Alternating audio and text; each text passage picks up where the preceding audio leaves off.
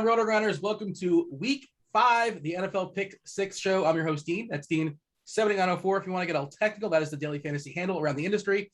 How this goes down, the NFL Pick 6 show. How does this show work? We pick 3 games. 3 games we focus on. We break it down every single possible angle. We tell you everything we like in that game. The 3 games that are really popping as far as this week on the main slate. The main slate, unfortunately, we're being deprived of the Rams and the Seahawks. Unfortunately, we're being deprived of Buffalo, Kansas City. They will be phenomenal showdown slates. No Indy, Baltimore, Sunday, that's Monday night. And no, this is probably a nice thing. We don't have to deal with Kyle Pitts in the main slate. No Jets, no Falcons. That's England's problem. That's London's problem. After we talk about the 3 games, the 3 main games in the slate, then we run it back, talk about our favorite players at each position. Do want to say what up to chat. What up, chat? Do you subscribe? Turn on notifications. Most people watch this show on a replay, but there are some. I got my eye on the chat there. And if you happen to mention some of the players, if like we're talking about quarterbacks, say, what about this guy? I'll do my best to shout out and see what 2 of the absolute best experts in the business, their opinions as far as week 5, DFS, Rich Hribar of Sharp Football Analysis. Rich, how are things in your world? I'm doing real good. 5 weeks in, we flipped the calendar to October. Bye weeks will start next week. I will say though, yeah, it's going to be a long Sunday because we've got that game of the week, Bills Chiefs on Sunday night, but then we're starting real early in the morning. I know it's just Jets Falcons, but we'll be there watching it. So it's going to be a marathon on Sunday. Are we going to be there watching it? I am.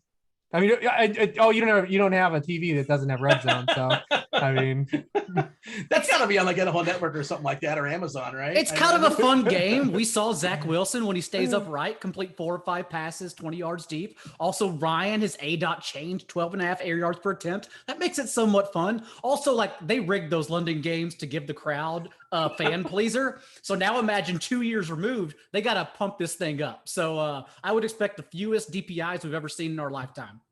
I do like the conspiracy theory that they do the best.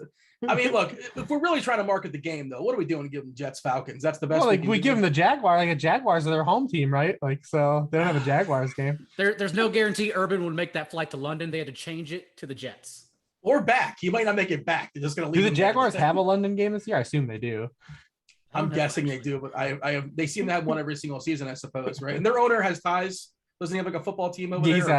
He's got a club. Yeah. All right. So, that was John Daigle. You guys know John Daigle from NBC Sports. A good football show podcast. Catch that on the iTunes, I presume. Anywhere you can find podcasts. Yes.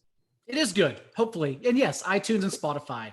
Off a week that I got slapped upside the head, and I actually struggled initially to sleep Sunday night because I thought even in having Tyreek Hill and fading Derrick Henry with confidence on FanDuel, I was like, how could I still have been so wrong around that? But then the next day I saw the results just to see naked Kirk Cousins take down the Juke, the $1,500 entry on DK, to see in these 3-man bigger tournaments, naked Sam Darnold with Dalton Schultz and Zeke run backs. And then also the Millie winner didn't have Tyreek Hill in his lineup. And then I remember DFS stupid and everything actually wasn't right. I had the right process. I was just wrong in the results.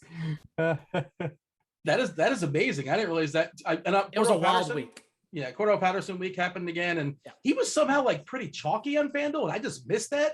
I did not get the memo. I didn't realize people were going to be playing him a ton, and he wasn't even cheap either. Like, it was $6K or something. Odell Beckham got steamed throughout the week too. He ended up being 40% in the high stakes. I'm still mad at Baker Mayfield for that terrible throw. I don't want to talk about it. You live in Cleveland, right, Hribar? Like, seriously, I said this on Twitter the other day, and I went a little rant about it. But it's like, he's got the best agent in the world, right? He's got commercials all around America, not just Cleveland, locally, everywhere. He's like a bottom 10 quarterback in the league. How How good is his agent is my question as far as Baker Mayfield. I mean, it was rough, man, watching him leave all those throws on the field there. I mean, Odell Beckham could have had a monster game. I'm going to tell myself the process was right. It definitely was not. I'm going to tell myself it was correct based on all the hollow. They weren't even prayer yards, usually like the typical prayer yards are. It was I don't know, man. It was a Drew Lockian type performance. It was just insane.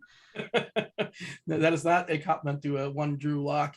Yeah, so the three main games are going to be focusing on batting first, leading off, and the best. That's what's left over. No KC, no Buffalo. That's going to be so much fun for Showdown for sure. But we're talking main slate only. The first game this week we're talking about here. I'll let you open it up here, Daigle. Philadelphia at Carolina. Carolina 4-point favorite.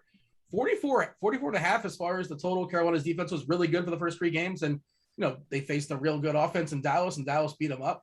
There is a chance we get CMC this week. And if we get CMC this week, he's 8.7K on DK, which you get him less than 5 figures on DK, all his catches, assuming he's like a full go.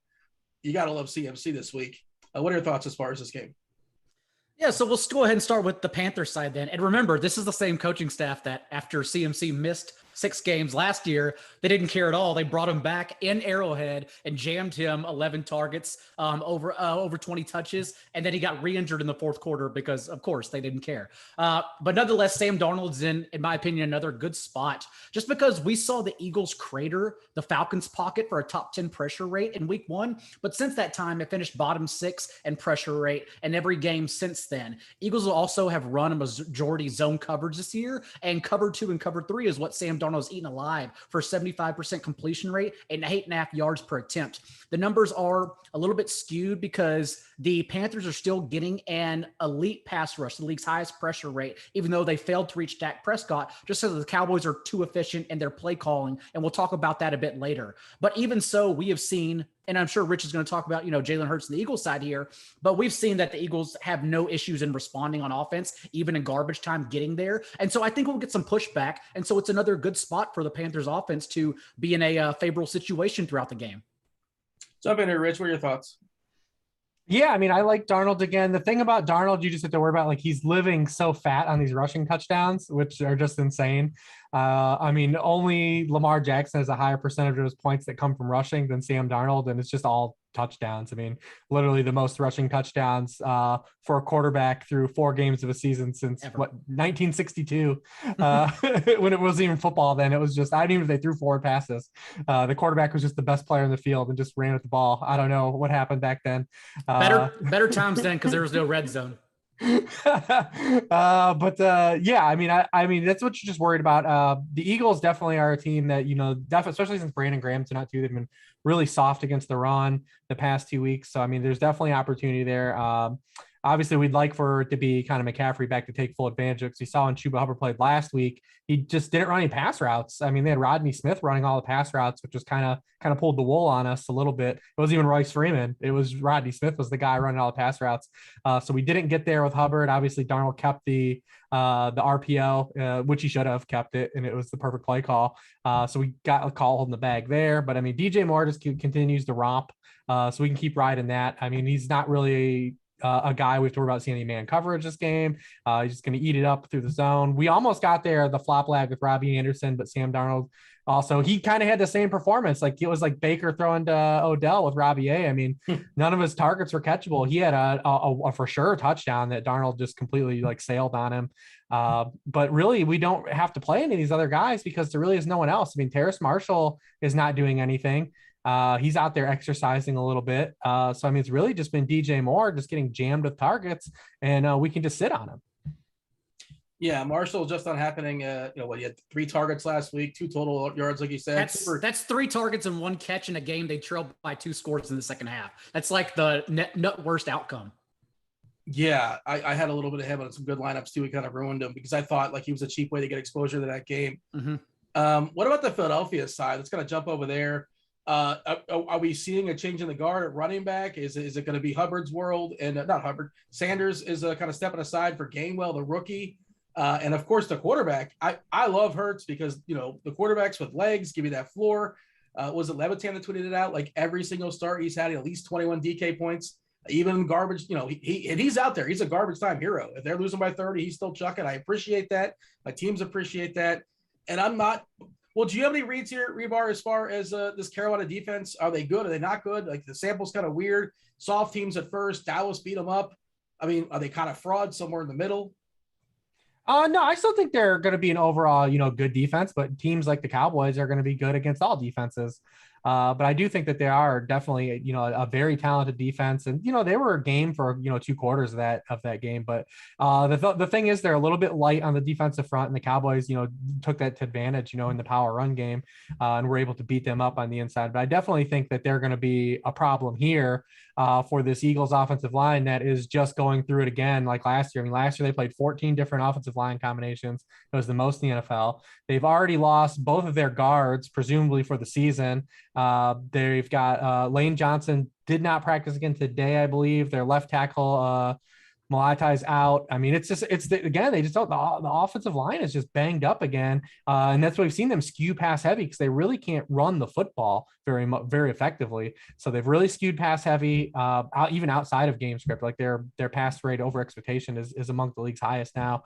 So that's why they've been airing it out a little bit. And, at the running back thing is a little interesting, because I don't think it's as clear cut as people are making it out to be. We like Gainwell's usage in negative game script. They also are using him in the red zone a little bit, but he's still very light in terms of like bankable opportunity. I mean, he's run a route on just 35% of team dropbacks even last week. Like he just ran really hot in terms of targets per route run, which is fine because they're dialing up plays for him where he's one of the initial reads.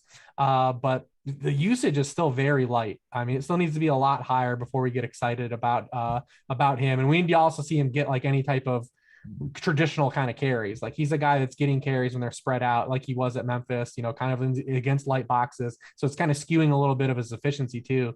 But Sanders is still playing a lot more than him in terms of, snaps and even routes run. So I think he's still just a hold, if you're in a seasonal leagues, if someone wants to get aggressive, maybe you use him as one of those bargain up chips. You throw Gainwell and a little spice of something and you end up getting a player you really want or someone that's coming up. So I'm not ready to call it a changing of the guard. You're encouraged what you saw so far. But I also think this team really can't run well. And, I think it's gonna be a lot of volatility in terms of predicting when you're going to get the kind of Gainwell game or not. And it's like you said, just the fact that they aren't running because they can't run, just 13 running back carries the past 2 weeks, skews it all for everyone except for Hurts, 39 and 48 pass attempts on top of his 8.5 carries per game in that time. And like Levitan's tweet you mentioned, Dean, Hurts has finished as a top 12 quarterback in 7 full starts dating back to last year. So he just seems to be safe when he's out there, no matter the game script. And it's all scrambles too. Like it's crazy that like they've been so bad running the football and their offensive line is struggling, but they're not using like any RPO or design runs with Jalen Hurts. I mean, almost all of his carries are actual just scrambles. I mean, he leads the NFL with 19 scrambles, but he's just barely in the top 10 in designed rushing attempts, which seems pretty wild given their circumstances. The Lane Johnson thing, that was kind of a surprise. And wasn't that was a personal issue, not an actual injury, I believe. Is that correct? Do you guys know? I'm not 100% sure. I thought he had an actual injury before, and then I thought he had a back injury. I could be wrong. Yeah, and then today I thought was maybe more personal. Because they're going to get blitzed a lot this game. I mean, no one blitzes more than the Panthers. What's cool, though, is you don't mind when you blitz a quarterback like Jalen Hurts a lot, and he's seeing the blitz a lot. That's why you see him have so many scrambles, is because when you blitz a lot, you're typically playing either man coverage or the Panthers do a lot of zone blitzing, like I said, out of that 3-3-5 looks.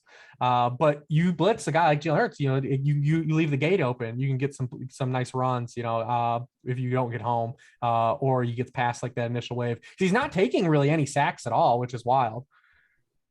Yeah, I know you mentioned before about Kyler Murray, the same kind of deal. Like when you blitz him, he makes you pay for it, and it opens up potential for big plays if the secondary can't hold an extra second or two if he scrambles away. The favorite player to pair with Hurts, you can always play Hurts naked. I think you can play, he's one of those guys who can play naked, but if you're going to pair him with somebody, Daigle, who's your preference? Oh, it's definitely Devonta Smith, who has at least 6 targets in every game, a 20% target share in 3 of his 4 starts, including last week's team high, and with double-digit targets. Like Dallas Goedert, oddly enough, is probably the next closest. He's the tight end 8 in PPR right now, but also like he's getting there strictly on efficiency because him and Zach Ertz are still basically mirroring one another in routes and targets. It really just comes down to who's going to luck box and to the end zone to see who scores more between them. So I think Devonta Smith, and then, if you want to get really, really cute, if you're playing some low stakes recreational leagues, you take a chance on the air yards that Kez Watkins is getting. But other than that, it's really thin actually for, a team that has passed nearly 80 times or over 80 times the last 2 games. We saw a guy like Cooper Kupp get a huge price hike. I'm looking around, same kind of deal with DJ Moore, fully justified, 7.9K now on FanDuel. They finally changed their mind, huh? Because last year they didn't want to move his price at all. So, is he priced out? Of course, you can always play him in tournaments. I don't know if he's quote unquote optimal anymore, but are you still comfortable paying 7.9 for Moore on FanDuel? Me or Rich? Oh, I'm sorry. Anybody, that's for the field. I mean, he is the type of player that's getting that. Just to have over a 30% target share in the past 2 games, double-digit targets in 3 of 4 performances. He's been leading this team in targets even before Christian McCaffrey and Dan Arnold went elsewhere. So, yeah, I think I'm comfortable with it. I haven't done build just yet with DJ Moore, but it's not a player I'm shying away from, certainly. He is the 3rd most expensive receiver on the board. Again, this is main slate only. Devontae Adams, $300 in front. This is FanDuel specific for what it's worth. Justin Jefferson in between those, Adams, and then DJ Moore at 7.9. But again, it's fully justified. He's been great, and a lot of good players are off the main slate too. There's no Kansas City, there's no Buffalo, and you got to spend your funds somewhere. You don't have to, but you don't get any extra. No Tyreek, no Diggs, no Kelsey. Who was great last week. No Cooper Kupp, no DK Metcalf. Those are always the most fun slates because they're the wildest. You could justify paying down whenever Travis Kelce and the GOAT Dawson Knox are not on the slate. Oh man, I did not have Knox last week. Darren Waller is probably gonna be pretty popular because he's the next man up as far as your spend up on FanDuel, and FanDuel doesn't make it that hard to spend up on your tight ends as far as how the salary works. Anything else in this game, Hribar, or shall we move on to game number 2? No, I think that's about it. Just want to say hello to chat. What up, chat? Megan in chat said this guy's voice is hard to listen to. Who do you think? Which one of the 3? Who's got the hardest voice? Oh, it's mine. It's definitely mine. I mean, she may not like cartoon accents, so it may be me. Who knows? I don't think it's. I don't think it's me. I don't know. I think it's me. It doesn't matter. What's up, Megan? Thanks for joining us. Hi, jerk. That's fine. Giants versus Dallas. 52 is the total. Dallas is a 7-point favorite, and because of all those games, all those teams off the main slate here, Hribar. I think the Dallas is the de facto chalk. They're going to be super popular, big total. There's, I think this is the biggest total on the board at 52. Saquon was phenomenal last week. He used a little overtime and a wheel route for 50 or 60 or 70 yards, whatever it was to kind of get there. But he got there in a tough matchup against New Orleans. And he's a bell cow again. That's legit. Whatever sort of issues people had during draft season a month ago or so, those are gone for sure. But talk to you about the Cowboys first, and they're going to be super chalky. And how much do you have to have of them? Yeah, I mean, they're interesting because they've kind of been a team kind of Daigle hinted at. They're calling a little bit of their games based on opponent. Kind of frustrating because they've been, very hyper efficient, and it's almost very couple years ago, Seahawkian. Dak has thrown for 237, 238, 188 yards the past 3 games, but he's made up for it. He's got a 15% touchdown rate the past 2 weeks. That's not something we don't want to live this way with Dak Prescott. We're going to need some more. I will say though, they could open up here because, 68% of the yardage allowed by the Giants has come via passing. That's only 16th in the NFL, but the past 3 teams Dallas has played have all been bottom 5 in that category. So we might get a little bit more of a mix here. Will the game script follow? We're going to need the Giants to do their part. They're capable from what we've seen from the first month. They're also not capable too. We don't know what we're going to get. But we would like to see a little more volume for Dak because we're not going to be able to live on this 15% touchdown rate, for a lot longer. I mean, I hate to be the sustainability guy, but it's just not going to happen. And also, we're going to see some oscillation here, I think, with the types of targets that we get. I know Daigle will want to talk about Dalton Schultz, but I mean, Dalton Schultz is luck boxing into a lot of things here. You have to believe that he's going to basically double both CeeDee Lamb and Amari Cooper's targets the rest of the way out, which I just don't think is something we're going to see happen. I mean, you're talking about CeeDee Lamb, just 12% and 22% target shares last 2 weeks. Amari Cooper, 16% and 13%.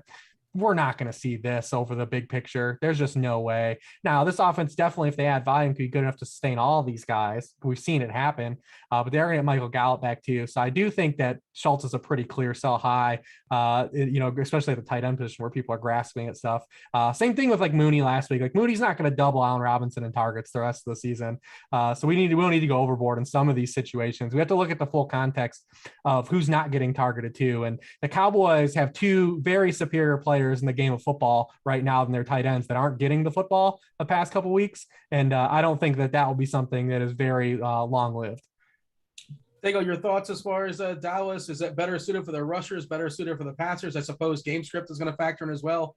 And hey, if you want to go back to Dalton Schultz, do you want to say, hey, you know what? That touchdown regression, it's not coming. He's going to get the touchdown every single time he gets a target. It's probably not going to happen. But well, in redraft, it's just easier because the position is the 7th circle of hell. Like it just doesn't matter. If someone's running routes, you put him out there.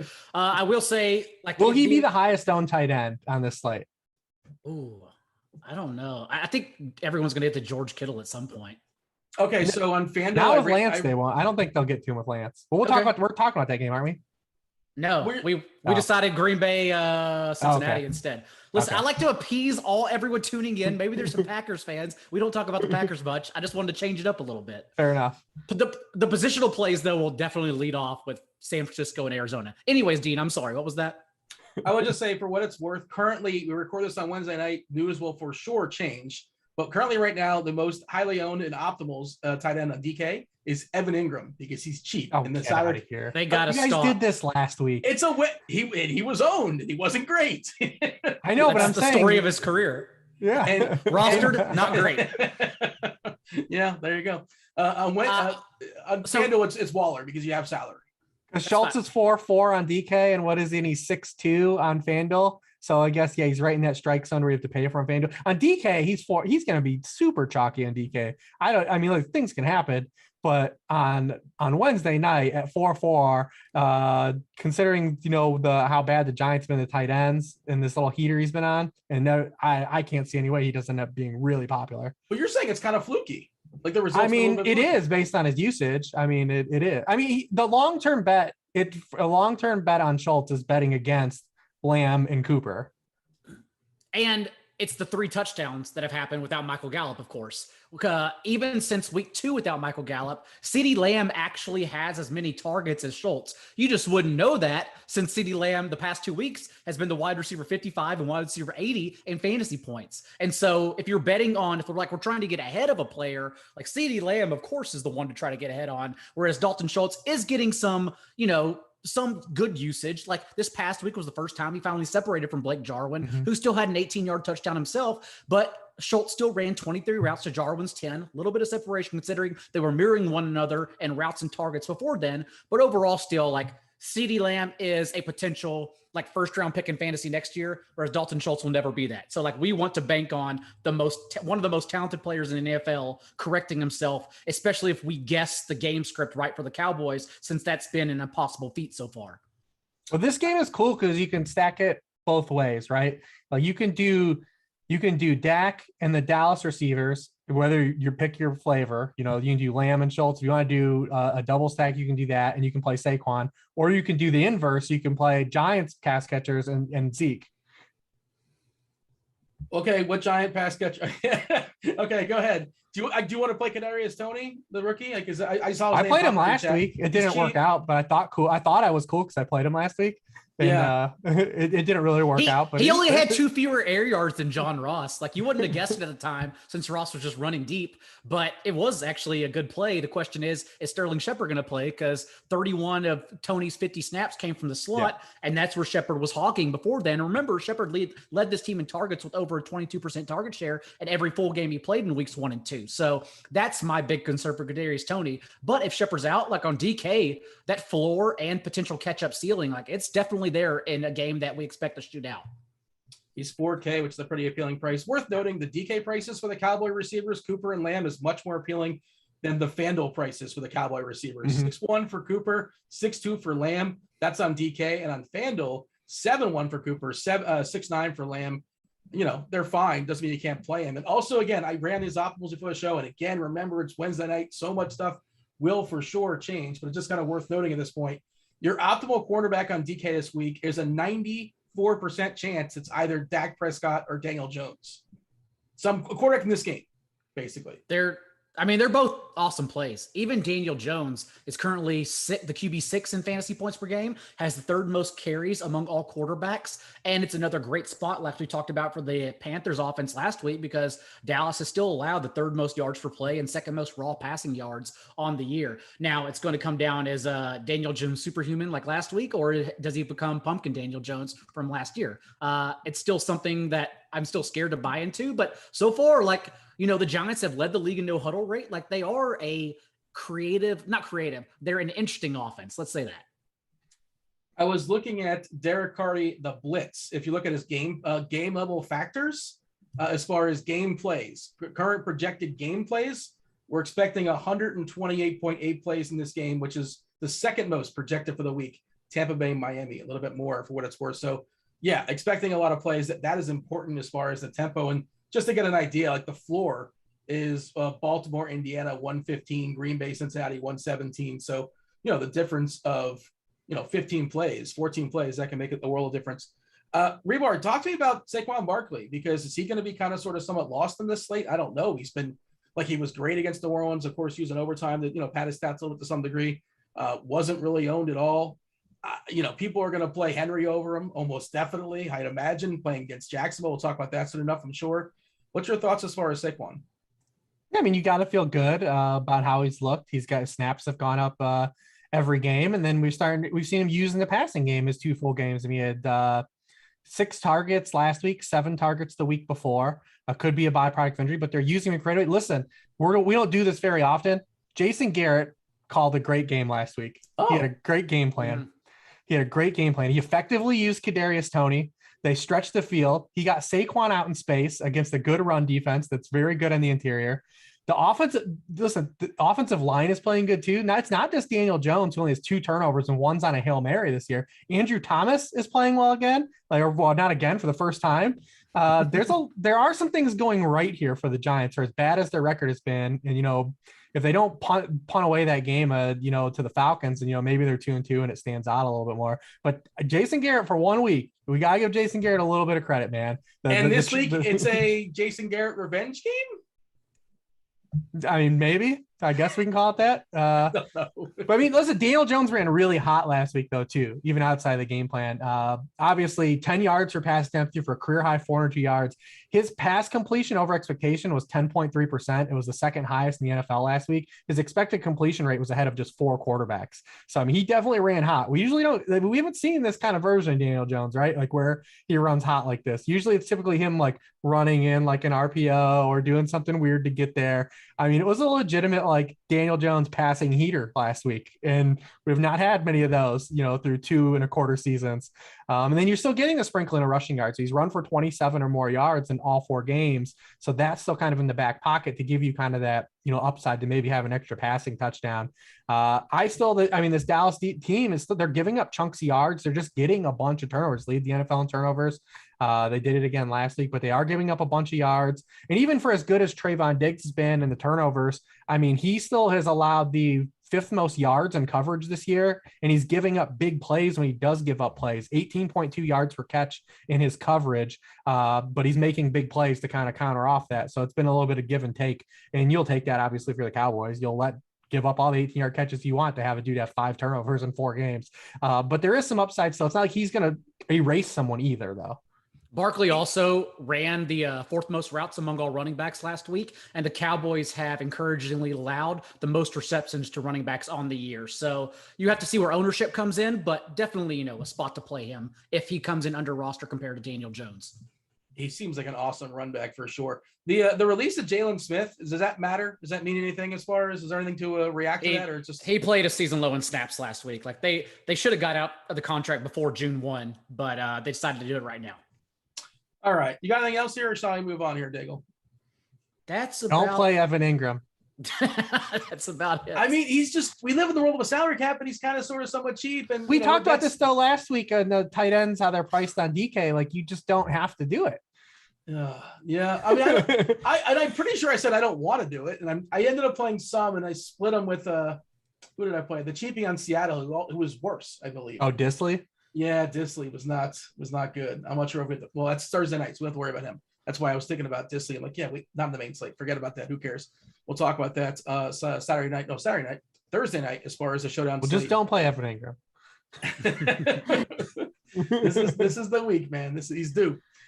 Green Bay at Cincinnati, 51 is the total. Cincinnati's getting 3. Wednesday night, are we certain? Do we know Mixon's out? We're assuming Mixon's out, right?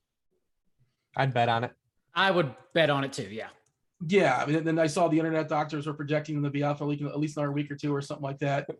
For what it's worth, it seems like he's not going to play. DK didn't take note of this because they put Samaje Perine at $4K, the stone minimum. They raised the floor from $3K for their running backs not too long ago. He is pricier on FanDuel. I'm trying to pull up his FanDuel price right now. I think it's like 5.5 or so, which is still fine. How much do we need Samaje Perine on DK? I guess it kind of matters how the rest of the week opens up as far as value, but right now he feels like a good value play. Hribar, do you think he gets the large majority of those carries? How much does Chris Evans eat in on that, or is Perine just going to be the workhorse? Yeah, I think we'll see Chris Evans working long down and distance. Probably, I think it's a good bet that he will. I will say on FanDuel, he's only 200 cheaper than Damian Williams. So I don't think we'll see. I think a lot more people want to go to Damian Williams, who we'll probably talk about at some point in the near future on this program. So I don't think that he'll get a lot more. Like a lot of people are going to be just drawn to him. And last week, even with Mixon, the Bengals were finally a little more aggressive on early downs for the first time this season, after kind of being a little bit more slower paced. I mean, my one concern about this game is that both these teams do not like to operate with any urgency. So we could see that. I mean, the Packers have been notorious slow for multiple years now since LaFleur has been there. And part of that is due to efficiency, but we've seen even this year with Aaron Rodgers having that expected regression the opening month, they are very, very slow again. They're 23 in offensive plays per game. The Bengals are 31st. Like I said, they did kind of ramp it up a little bit last week, and without Mixon, maybe they're encouraged to do some more of that this week. Now it looks like they're going to get T. Higgins back too this week. But Joe Burrow's been hyper efficient. He had that one just weird game that against the Bears, so it's an outlier. But outside of that Bears game, he's averaged 9.6 yards per attempt or more in all 3 games. He already has 4 passing touchdowns on deep targets over 15 yards downfield. As a rookie, he had just 1. So he's already eclipsed that. We're getting some big plays out of this offense. They're not getting to the red zone a lot because they're generating more big plays. But Joe Burrow has been hyper efficient. I'm looking at him, and I'm looking at this Packers defense that is already 22nd in the NFL the opening month in passing points allowed per game. And they face Jameis Winston, Jared Goff, Jimmy Garoppolo, and Ben Roethlisberger. Not exactly a daunting rogues gallery of quarterbacks that have the kind of acumen that Joe Burrow even has. Joe Burrow, by no means like a top 6 locked in guy, but definitely multiple rungs better than those options on a weekly fantasy basis. And then we have this injury to Jair Alexander. They still may not have Kevin King back. And one thing the Bengals do have is an abundance of riches at the wide receiver position if you're short on DBs. Your favorite among the bunch is a Chase? I think, man, it's tough. It's a little bit of whack-a-mole with these guys because T. Higgins is, since he came in the league, he led all rookies in end zone targets and targets inside the 10. And that was his role immediately the first 2 games. He had an end zone target, end zone touchdown the opening 2 weeks before injury. Now he's coming off injury, so maybe that's a little bit concern. Chase has been living a little bit off those big plays, but I would say for a ceiling, definitely Chase would be kind of the run back for an upside in terms of stacking. Give me your favorite, Daigle, and your thoughts as far as Perine. It's Chase, and I have to see how Tyler Boyd and T. Higgins ownership shakes out. Since T. Higgins was limited on Wednesday, we may get him here. And just the way this offense works, at least through the first 3 games, since they were the 9th highest team in run play rate and neutral game script, except last Thursday for the first time, they were the 2nd highest pass play rate and neutral game script. And so the way it worked for the first 3 games was we had to sacrifice one of them. And Chase was living off touchdowns, even though a couple of those games he did lead the team in targets because he's that talented. He could score a touchdown on 4 targets and be just fine. But typically we were giving away one of them because there wasn't enough volume. But suddenly, if there is going to be volume, then it's probably Chase and Higgins for me if all 3 of them play. Having said that, it presents a very good double stack situation to leverage off of Perine if you want to go that direction, because maybe they just changed the offensive game script anyhow without Joe Mixon and just passed more altogether, even though they weren't giving Joe Mixon targets anyways, but maybe they just don't run the ball much. So I do like the double stack in this situation to get off of Perine.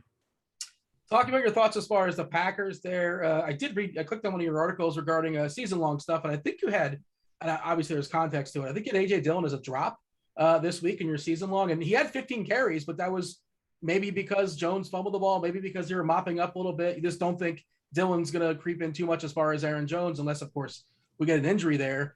Talk to me about that running back situation, and then, of course, Devonta Adams, he's good at football. Well, I always provide the context because in those waiver wire columns, I'm writing for literally everyone, whether you're in a 4-man bench with 8 people in your league or the high stakes leagues that like we're all in Vegas. I'm trying to cover all my bases. And I describe in there, Dillon is just a contingency option. He's literally just a backup. He got 8 of his 15 carries this past week in the fourth quarter when the team led 27-10. So the usage didn't change at all unless the schedule makers went back and gave the Steelers the Packers every single week, making it easier to play Dillon every single week since they just rolled the Steelers.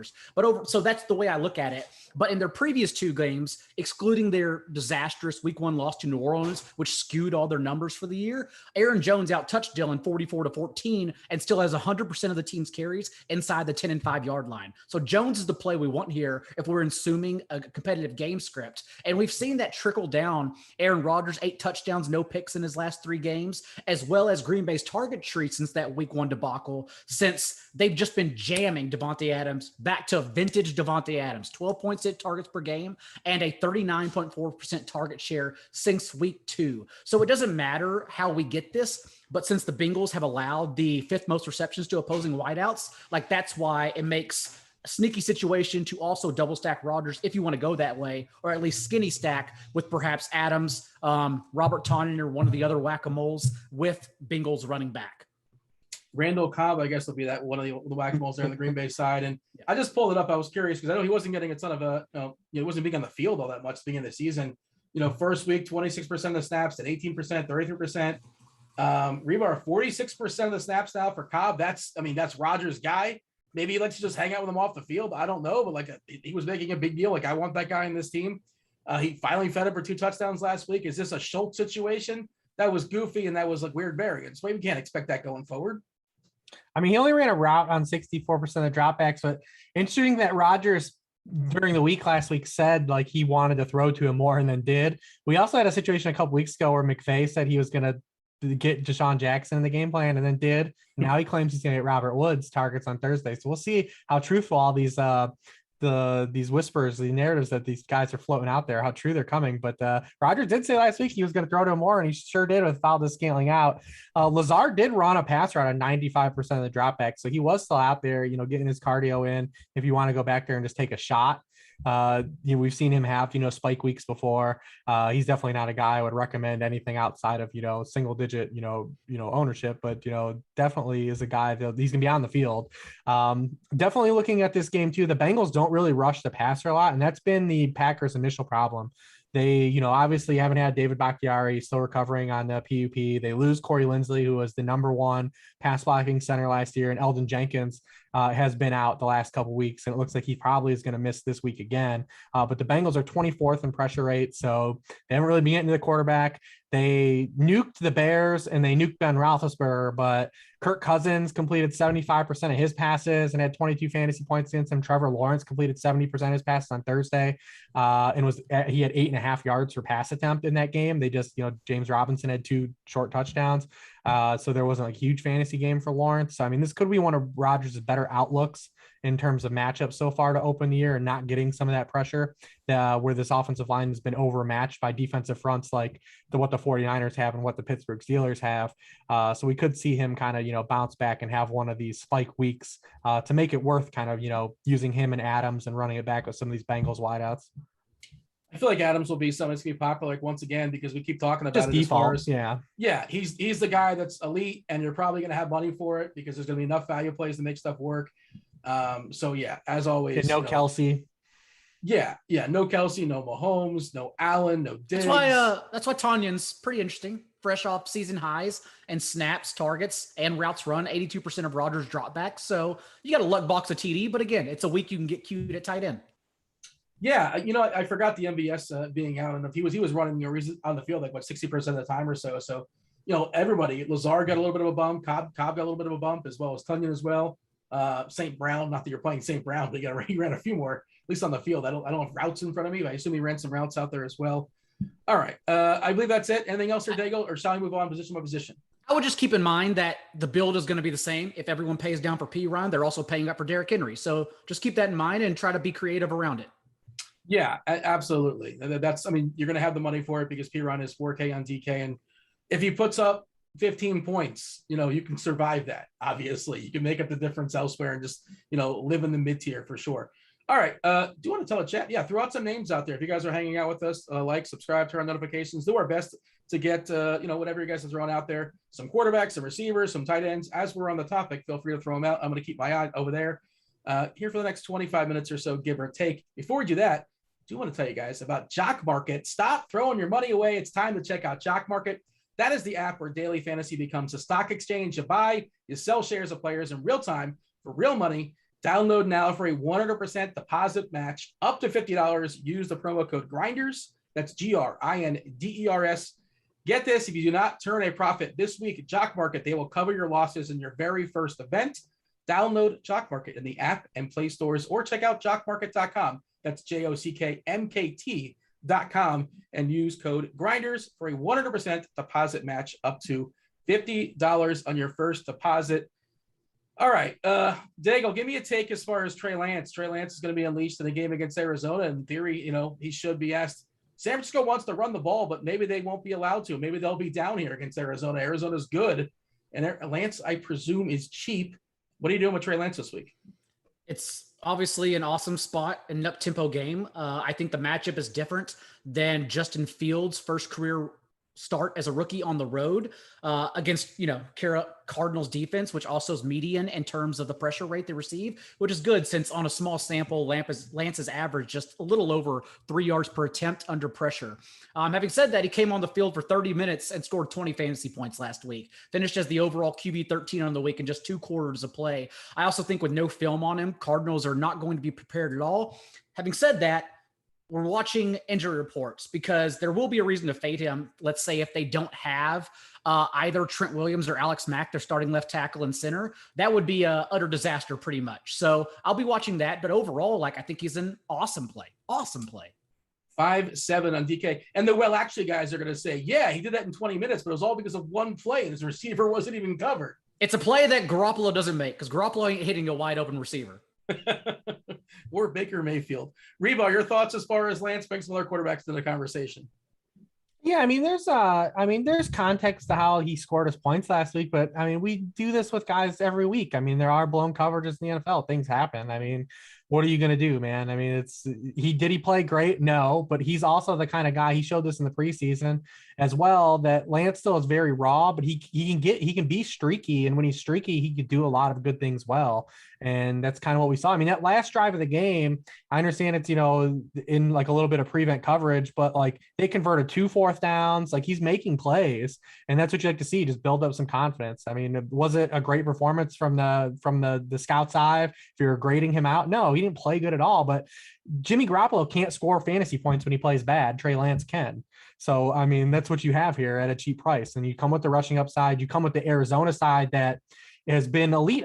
The Cardinals have 400 or more yards in all 4 games. It's the first time they've done that in franchise history. They're the first team since the 2013 Denver Broncos to do that. So, they're going to produce points and produce yards. There's going to be scoreboard chasing component to this game where they're going to have dropbacks. The 49ers are going to be able to run the ball effectively when they can. But I assume that if they are doing that too, it's going to be Lance as part of that as well. So, there's a lot of upside here. Plus, he's just within better hands than Justin Fields was, with Kyle Shanahan and that staff and surrounding talent compared to Matt Nagy before he let Bill Lazor do some under the scenes stuff last week. It's just gonna be different. He's gonna be in different hands. So I definitely have a little more confidence than we had with Justin Fields. On the other side though, too, you can just keep playing Kyler. What? Yeah, what's he's amazing. Just keep playing Kyler. The 49ers, for their style of defense, they've come out this year and they've struggled against mobile quarterbacks again. Jalen Hurts had 82 yards against them. Russ had, 26 yards and a touchdown last week on the scramble. In 4 career games against the 49ers, Murray's had 34 rushing yards, 67 yards, 91 yards and a touchdown, and 75 yards, and that's just rushing. Last week he threw for a low of 8.4 yards per pass attempt against the Rams. So, I mean, this secondary is in a lot worse shape. The 49ers are. So, I mean, you just keep playing Kyler Murray. I mean, what's the reason not to? I have no problem. Salary cap's the only reason, but yeah, he's phenomenal. If you can make it work, by all means. I see in the chat, Richie Smalls is talking about Tannehill. Like, I don't know what to say about that because Brown and Julio, I want them to have competent receivers.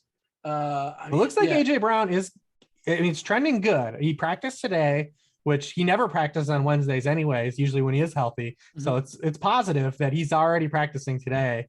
Would be a great spot. I mean, you look at the passing yards over expectation the Jaguars have allowed to everybody. I mean, Tannehill's an interesting call because nobody's going to play Tannehill, man. I don't think so. Yeah, it's a nod to last year when we had so many leverage spots when we can double stack him with confidence and not play Derrick Henry. And it's sort of the same this week since Derrick Henry knows it. They increased his price even more on FanDuel, 10-4. Last week he got 24 points at 10-2. And you're not happy with 24 points if you paid 10-2 because you had to sacrifice someone else. Hopefully it wasn't Tyreek Hill since he ended lives on FanDuel last week. So it's just it's another good situation, but yeah, that's kind of that's the leverage we're talking about. And in terms of plays run, I mean, this has to be high up there too. I mean, wall one, the Titans have they have a lot of plays run, but they also have a lot of handoffs. It's like the Chargers last year. It was like Anthony Lynn runs all these plays, and it's like, yeah, because they just ran for 3 yards to play before. You have to run more plays when you're getting 3 yards at a time. Derrick Henry's more efficient than that, but you get where I'm going with it. But this game should have a lot of tempo to it as well. The Jaguars play with a little bit of tempo, so. I don't hate this, the Tannehill call early in the week. He's not someone I really looked into, but that's because, like Dean said, we were looking at the wide receivers with AJ Brown looking like he could play, is giving him a trending up spot. We know Tannehill can run a little bit. I don't hate that right now. Anything else as far as quarterbacks here, Daigle? Is there anything else you want to highlight? I mean, of course, we can mention a whole bunch, but we got to move on and talk about some running backs. And everybody's in play in theory, I suppose, but I don't want to talk about Ben Roethlisberger. Like, come on, we're not playing him. I think we've talked about everyone in my pool this week. Yeah, is it a smaller pool than normal? I've played Cousins 2 out of 4 weeks so far. Like, I can't keep going back to the well. Last week looked good. It is the line. And last week looked good because he did score on the opening drive. Now it turns out they only ran one drive each in the first quarter, which is not good. But yes, it is a good spot for the Lions. He just wasn't in. Sell me on Kirk Cousins among all these pools. I mean, Lions. Because the Lions, okay. I mean, they're so bad. I mean, it's so bad. I mean, you just look at 28% of the completions against the Lions have already gone for 20 or more yards. League rate is 14%, so they're double that. Minnesota has a 9-1 passing touchdown to rushing touchdown split, and Dalvin Cook is already admittedly saying he's not 100%. What is that? So I mean that is something that's intriguing, and the Lions also are one of these teams that kind of at least keep it a game to at least let teams to throw the ball a little bit. So I mean Cousins is probably going to be good because everyone's good against Lions. I mean if the Bears really wanted to throw a lot more in that game, like Justin Fields actually would have had a monster game. You got a tight target tree as well in Minnesota. You basically know who to pair Cousins with. Mm-hmm. All right, let's segue to running back. And, I was going to ask about Tom Brady, but I think the more popular play this week, it's going to be Uncle Lenny, right? Like Uncle Lenny, he's got everything you want. And you want a big favorite at home, expected to get a pile of touches. I don't know what the situation is with, the guy, Bernard. I'm not sure if he's going to play or if he's not going to play. I'm not sure if that's going to matter much or not. It seems pretty clear that Lenny is the guy. He's pretty cheap as well, too. I'm not here to tell you he's great, but it doesn't matter. Opportunity. Getting on the field is the most important thing in the world, Daigle, and I think he's going to be on the field, and I think he's cheap, and he's facing a terrible team. I think we're playing some Lenny Fournette this week. I think it's happening.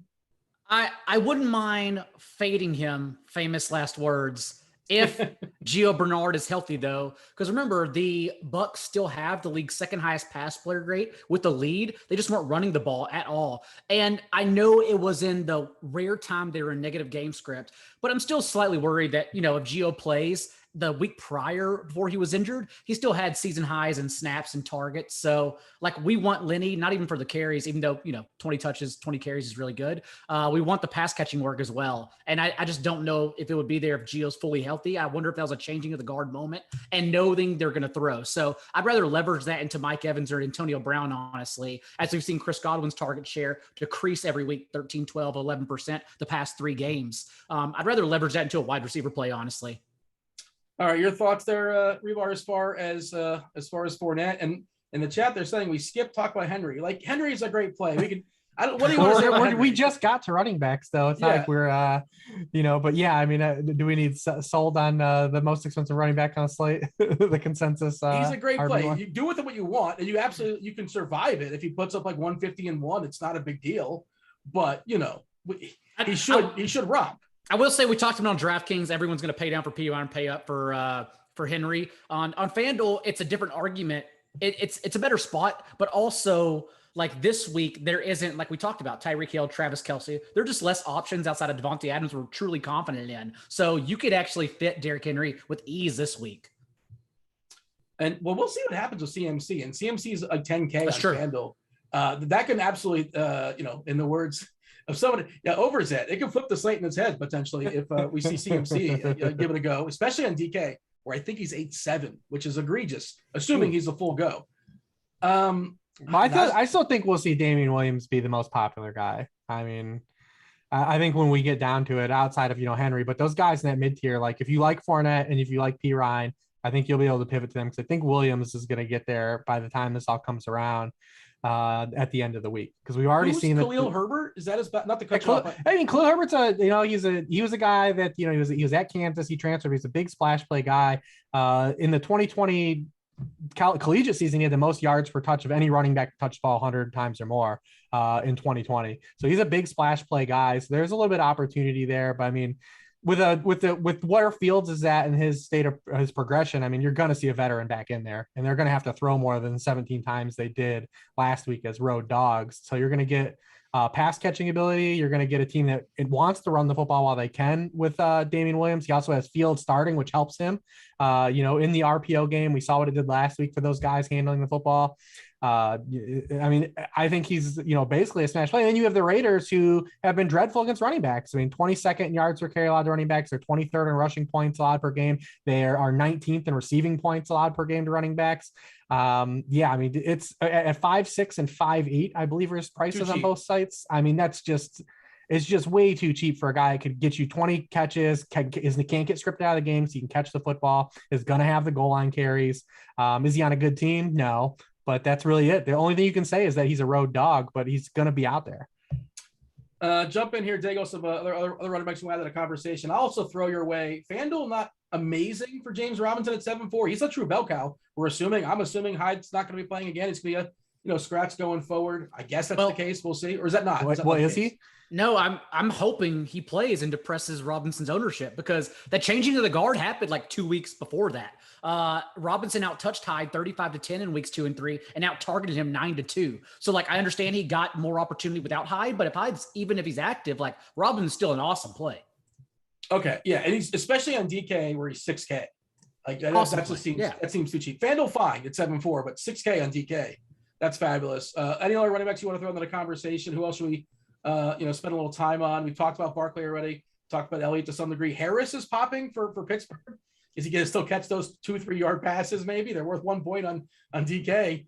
You better hope he falls in the end zone again like last week. That's all you're hoping for, because those touches ain't mattering. I wonder if Alvin Kamara will sneak in here without Tony Jones, because we can assume that Kamara is going to handle every single touch. I understand last week's 0 targets was not good, but just to have a career high in carries, and now we get a friendly Washington defense who's pretty much bottom in every single metric defensively, whether you look at Football Outsiders, EPA, whatever you want to name. And so I think it's a pretty good spot if we can sneak in Kamara here and just get every touch and hope for the best.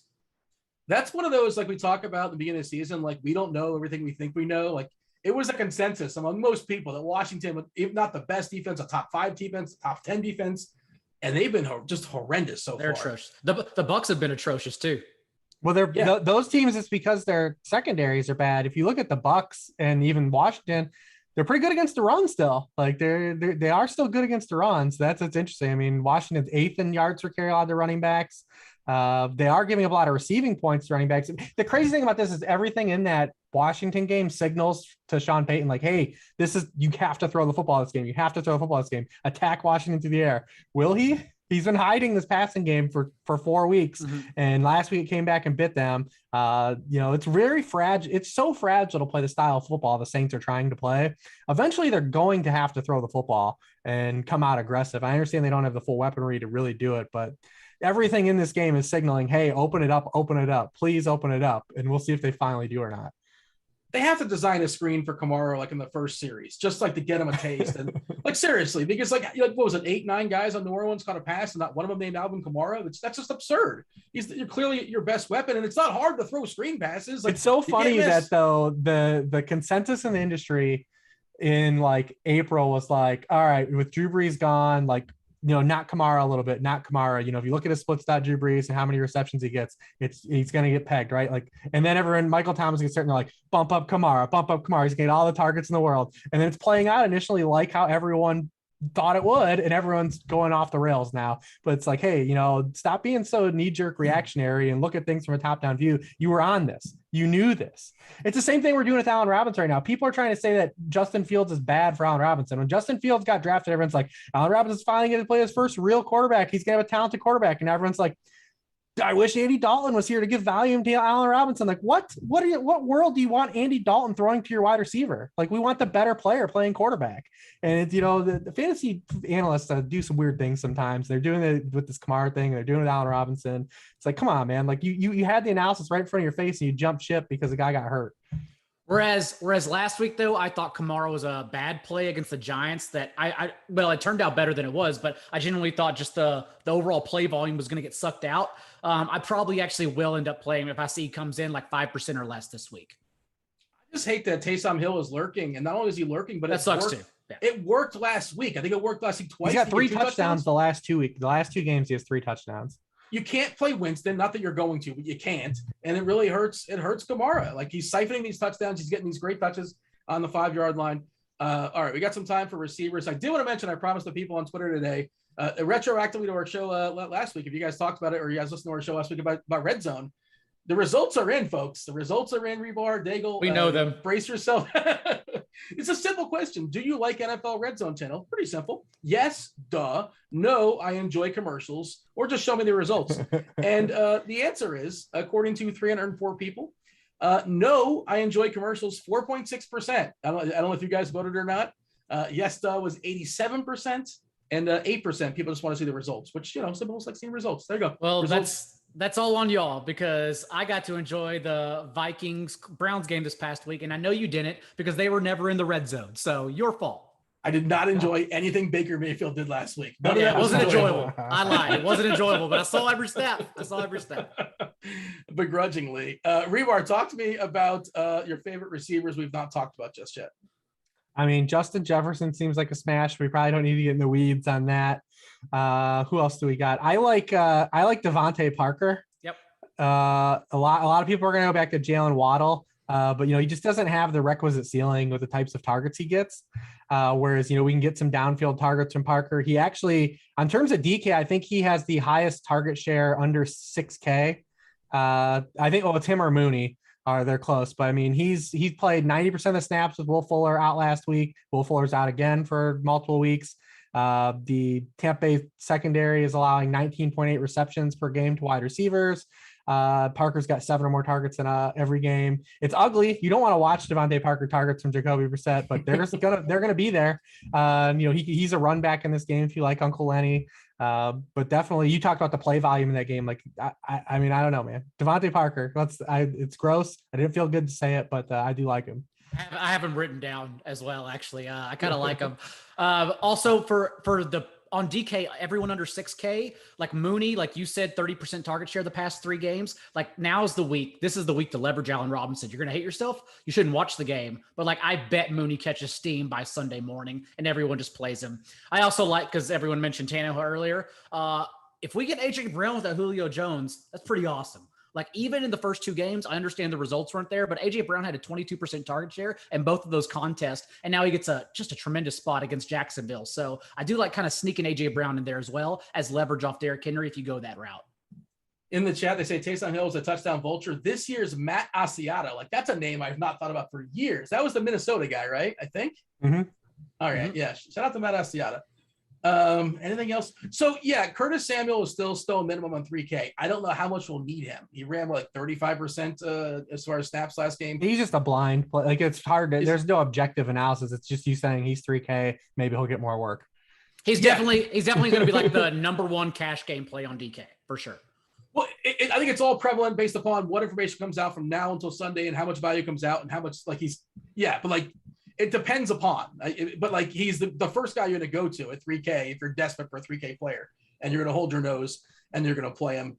Any other what are the Jacksonville receivers? The Jacksonville receivers will probably be popular because every set of wide receivers that face the Titans is popular. You get the auto run back with Henry every week. I mean, you see even the Jets guys got there. Jamison Crowder and Corey Davis were smashes again. It's whoever plays the Titans, man. Like their like you just throw your wide receivers in the lineup. Chenault had a little bit of bump. I don't know how true it is because the one deep target was a broken play. So I don't want to put in context like this is going to be his ADOT going forward. It was kind of it could be just a standalone play, but the target volume is going to be there for him just having no Shark because Shark was getting so many targets in the offense. So, I mean, I do think that Chenault will be in play. And so, you can go back to Marv, who had his one, first down game last week too, because we always play receivers against Titans. So what you're saying is Tyron Johnson should be rostered over Curtis Samuel. I don't want to make that decision. I don't want to be part of that. Don't even think about it. Just don't make the decision. T. Higgins is 5K on DK. If he goes, that's a really good price. And Waddle, another Dolphin that's pretty cheap on a comeback, on a run back, however you want to call it. You're not comfortable about that. You don't want any part of percent, but he is cheap. And in theory, they should be playing a little bit of catch up. Any tight ends that are worth mentioning? We got to step aside a couple minutes, obviously, guys. We're a little bit late as far as time. Hribar, who's on your tight end list besides Evan Ingram? You have highlighted for sure. Well, I think Schultz will be popular. Definitely not Evan Ingram. Well, it's going to be interesting because how you play it. On this main slate, we've got a Waller and then like a clear gap. We've got Kittle, who played banged up. Plus, we have the Lance factor. Is Lance going to add volatility? Does he help or hurt Kittle? We don't know. Mark Andrews is on Monday night. Hawkinson now is dealing with an injury. Kyle Pitts is on London game. So then by default, the next guy is Noah Fant. Like that's never exciting, especially with Drew Lock. Then you've got Mike Gesicki, who's getting peppered with targets. And, if you look at Tampa Bay, there's going to be target volume here. We know that they're going to be throwing a lot. And Tampa Bay against tight ends, 9 catches for 65 yards to the Cowboys tight ends, then 7 for 88 to the Atlanta tight ends, 540 and 1 to Higbee, and then 7 catches for 46 yards and 2 touchdowns to the Patriots tight ends on Sunday night. So, it's gross, but hey, man, the passing volume is going to be there against Tampa. It always is. Gesicki's getting targets. He is a big guy in the red zone. So, that's kind of default, right? I think that's what we'll see. Is anyone going to play Ricky Seals-Jones? That's what I was going to ask about. He's got to be min. That's more valuable on DK than it is on FanDuel, just the way you line up because he's probably 4 or 5, right? Yeah, I think he's 4 or 5 on FanDuel, I presume, but he's 2-5 on DK. And obviously Thomas going on the IL, he could be useful in theory. He played 100% of the snaps after Thomas left. Only had the 4 targets, but at 2-5. Yeah. I would play him before I played Evan Ingram. Absolutely. Oh, it's not even close. It's literally not close. Legit. You think you outscore him? Yeah, it's not even close. How much more? I think Ingram's still only 3K on DK. I do. I'll put my stamp on George Kittle over Darren Waller, though. I'm pretty confident in that. Just the fact that last week, even with an injury, ran around on 92% of the team's dropbacks, just 1 fewer target than Deebo Samuel. And when we mention volatility, it's seen so often as negative, but it can be positive as well. So taking a chance like on a Brandon Ayuk or whatever instead of Deebo Samuel, maybe it's just different with Trey Lance since we don't know since Deebo Samuel's 70-yard touchdown was a broken play. So overall, I just think taking shots with Lance for the volatility reason is actually good for tournaments. Mm-hmm. Up against the clock. Got to get out of here. Do appreciate you guys watching. Do subscribe, turn on notifications. Listen to the show live. Live, you can interact with us. It's good times. A lot of people listen to it on the playback. Before we step aside, as always, everyone knows who you guys are, but just remind them, Rich, where can they find your content?